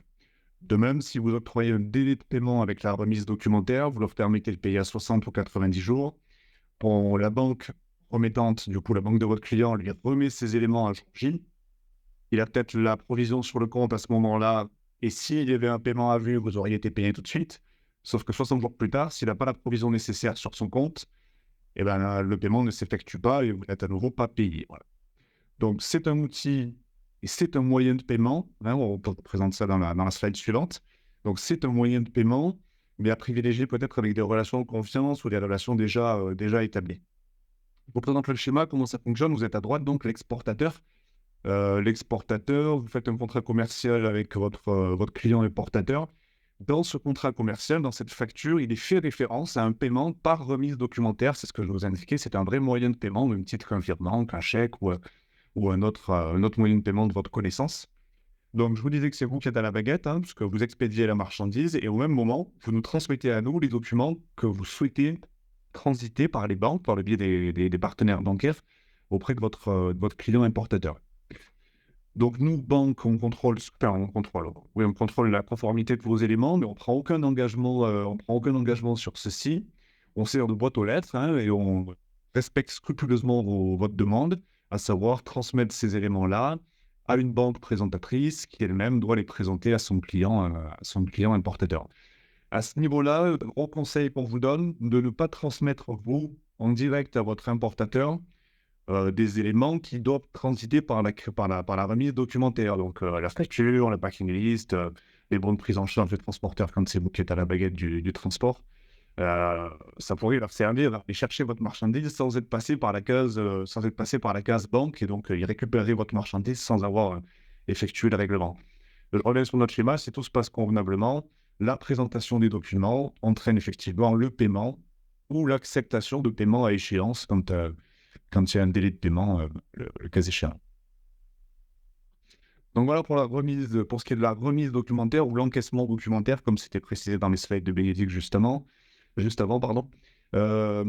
L'outil suivant, donc ce n'est plus un moyen de paiement, c'est une garantie à première demande. C'est une garantie de paiement à première demande. Ça s'appelle la lettre de crédit stand-by. Alors elle vise à garantir soit un marché, une vente one-shot, ou elle peut être utilisée, et c'est souvent le cas, dans un volant d'affaires régulier. Donc c'est une garantie qui est émise par votre client cette fois. C'est plus vous qui êtes à la baguette de la procédure. C'est lui qui va se rapprocher de sa banque pour faire émettre au bénéfice de votre exploitation, de votre structure commerciale, une garantie de paiement que vous serez en liberté, ou en tout cas vous serez à même d'appeler en paiement si votre client ne satisfait pas à ses obligations de paiement dans les dates et les modalités convenues. Donc, ce n'est pas un moyen de paiement, c'est ce que je vous disais, c'est bien une garantie à première demande, donc c'est basé sur l'appel du bénéficiaire à la déclencher, elle est tirée au câble. Tous les outils que je vous présente là, c'est l'occasion aussi pour moi de rappeler, ils sont codifiés par des règles et des normes et usances qui sont régies par la Chambre de commerce internationale. Donc, c'est-à-dire que toutes les banques à l'international sont capables de les lire, de connaître leurs valeurs et de les utiliser. Elles sont rédigées à travers des langages Swift codés imbuvables, mais tel champ c'est le bénéficiaire de la garantie, tel champ c'est pour tel montant, tel champ c'est pour telle devise, et ainsi de suite. Et on est capable de tous communiquer à travers ces règles et usances-là, et donc recevoir une lettre de crédit stand-by ou utiliser une lettre de crédit stand-by est tout à fait à la portée des établissements bancaires de premier ordre à l'international, je dirais. Pourquoi est-ce que ça viendrait couvrir un volant d'affaires régulier? Parce que vous pourriez faire émettre, par exemple, une lettre de crédit stand-by de 12 mois, une lettre de crédit annuelle, renouvelable par tacite reconduction, puisque vous savez que de toute façon, avec ce client-là, vous avez des courants d'affaires, vous avez une commande qui est faite régulièrement à l'international, et votre souhait à vous, c'est de se dire, plutôt que d'émettre un crédit documentaire ou un paiement par avance, ou justement en laissant la possibilité à votre client de payer avec une échéance de 60 ou 90 jours, ou 30 jours, que sais-je, et bien vous vous dites, moi j'aimerais être capable toute l'année de pouvoir garantir mes exportations, garantir mes ventes à hauteur d'un certain volume. Dans ce cas-là, vous dites à votre client, fais-moi émettre une stand-by qui sera valable toute l'année pour tel montant. Comme ça, si dans l'année, il y a une facture que tu ne payes pas ou une facture qui casse en quelque sorte, je suis en mesure de faire appel à cette garantie de paiement stand-by. Voilà, de façon partielle, de façon totale, en fonction des volumes qui sont en jeu. Comment est-ce que ça fonctionne? Donc, je vous le disais tout à l'heure, cette fois, c'est vous qui êtes c'est l'importateur qui est à la baguette. Il y a toujours la signature d'un contrat commercial, d'un volant d'affaires qui est préétabli. Il va se rapprocher de la banque émettrice, qui émet du coup dans ce sens-là. C'est dans l'autre sens, par le biais d'un SWIFT. Vous voyez là, le SWIFT MT700. Nous, Crédit Agricole, notre job à nous, c'est de venir vous présenter la lettre de crédit stand-by. C'est de vous dire, en vous décodant la code SWIFT, vous êtes bénéficiaire d'une lettre d'une stand-by, du moins, qui vient garantir votre volant d'achat. Pardon, j'avais les étapes qui s'affichaient au fur et à mesure. Voilà, donc je vous disais qu'on finit par le plus sécuritaire, le plus sécurisé des outils, à savoir le crédit documentaire. Alors, pourquoi est-ce qu'il est sécurisé? Je me mets toujours dans votre situation à vous. Vous êtes exportateur. Donc, dans ce cas-là, c'est votre client importateur qui, à nouveau, est à la baguette. Lui, il va demander auprès de sa banque d'ouvrir un crédit documentaire dont vous êtes le bénéficiaire. Cette fois, en échange de quoi il va vous demander de produire un certain nombre d'éléments documentaires. C'est pour ça que ça porte le nom de crédit documentaire. Des éléments pour lesquels vous seriez mis d'accord, bien sûr, en amont, si vous acceptez le règlement par crédit documentaire. Alors, ces éléments, dans l'immense majorité des cas, sont très simples. C'est ce que vous connaissez déjà, les factures, les packing lists, les prises en charge de transporteurs. Mais dans un crédit documentaire, on peut aller plus loin. Et pareil, c'est en ça que ça peut être sécurisant pour votre client importateur.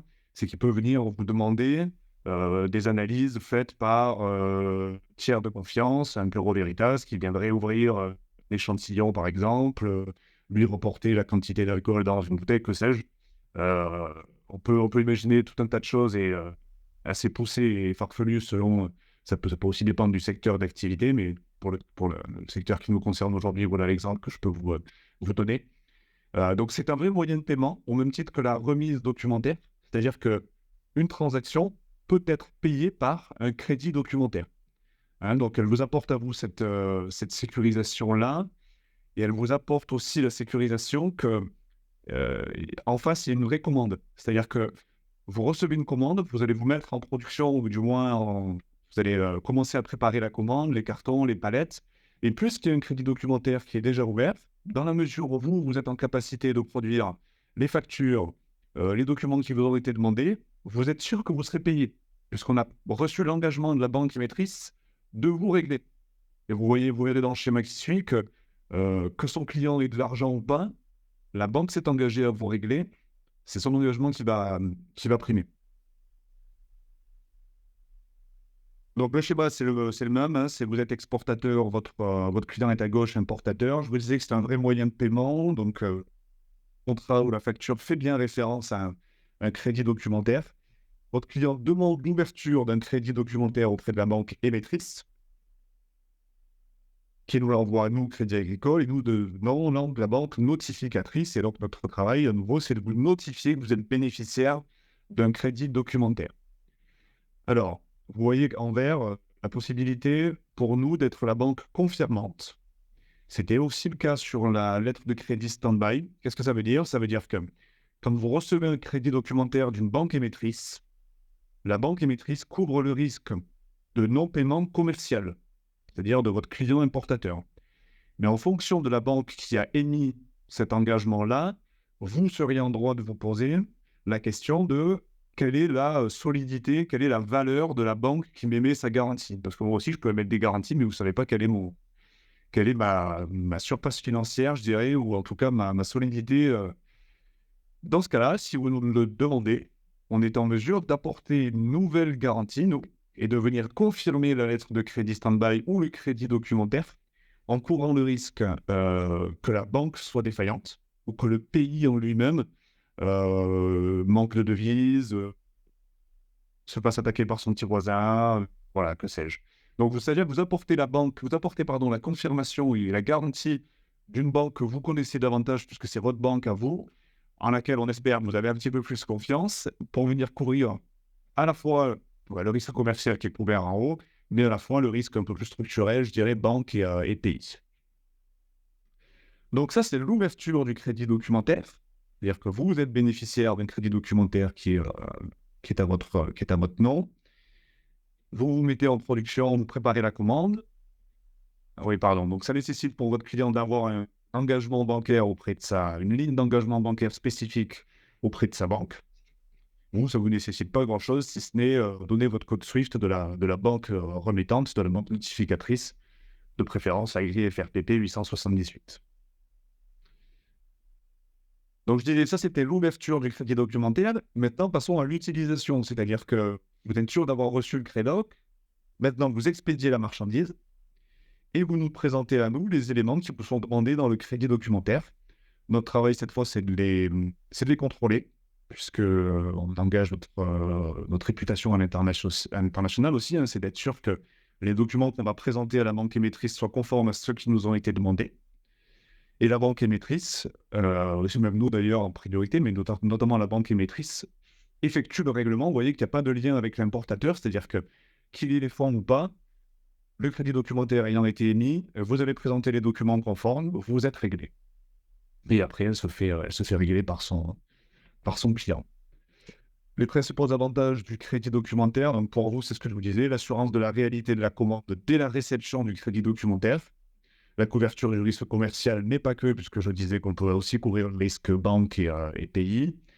Maîtrise de la présentation des documents, puisque c'est vous qui êtes à la baguette. En fait, maintenant, c'est si moi je présente mes documents conformes, je suis payé. L'engagement de paiement à bonne date, puisque là, c'est la banque qui est engagée à payer, donc vous n'aurez sans doute pas de retard de paiement. Et puis, ça apporte une sécurité quant au délai. Et pour votre client importateur, donc je vous disais, vaut donc l'assurance de l'expédition de la marchandise au prix convenu et dans les délais impartis, puisqu'il impose un délai dans le crédit documentaire. La garantie de ne régler que des prestations effectivement réalisées, puisque ça compte, c'est pareil, confirmé par l'émission des documents.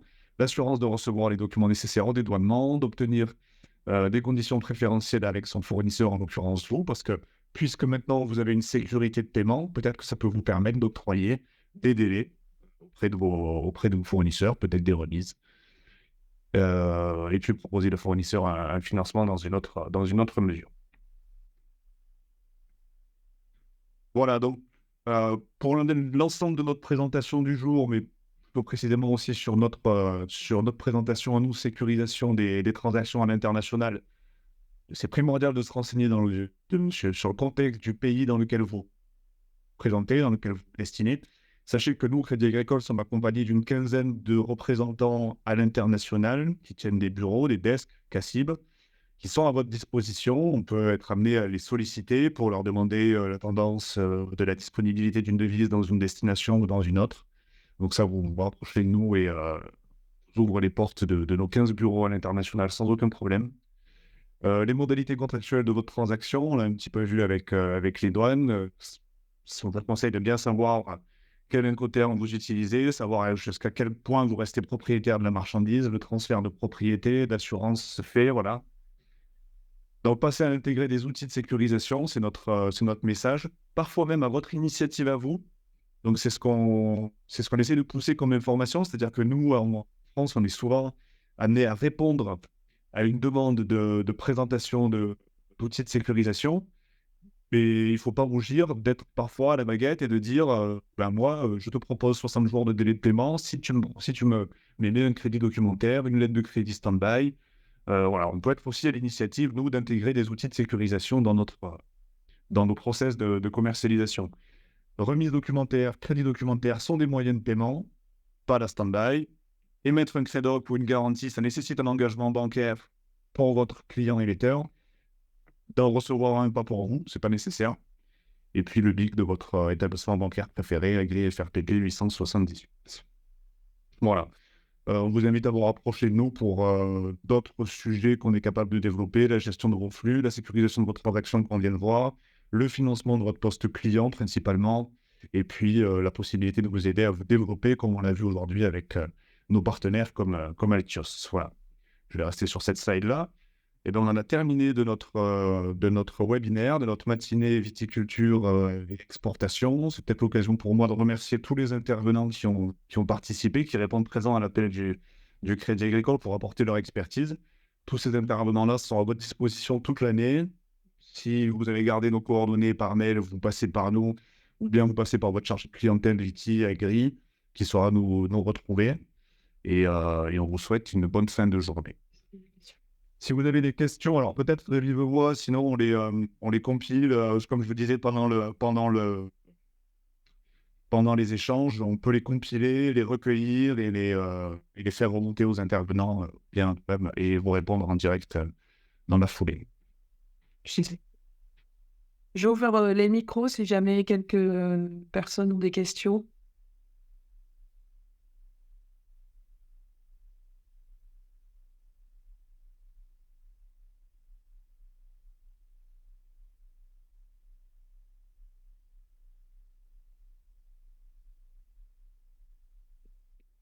Parfait, bon, à moins que, sauf contre-indication, ouais, sinon vous ouvrez votre micro, vous vous faites connaître, mais sauf contre-indication, je clôt le webinaire, je clôt la matinée webinaire Viti Export. Merci à vous tous. Bonne journée. Disposition. Merci. Bonne journée. Merci à vous. Merci à tous. Au revoir.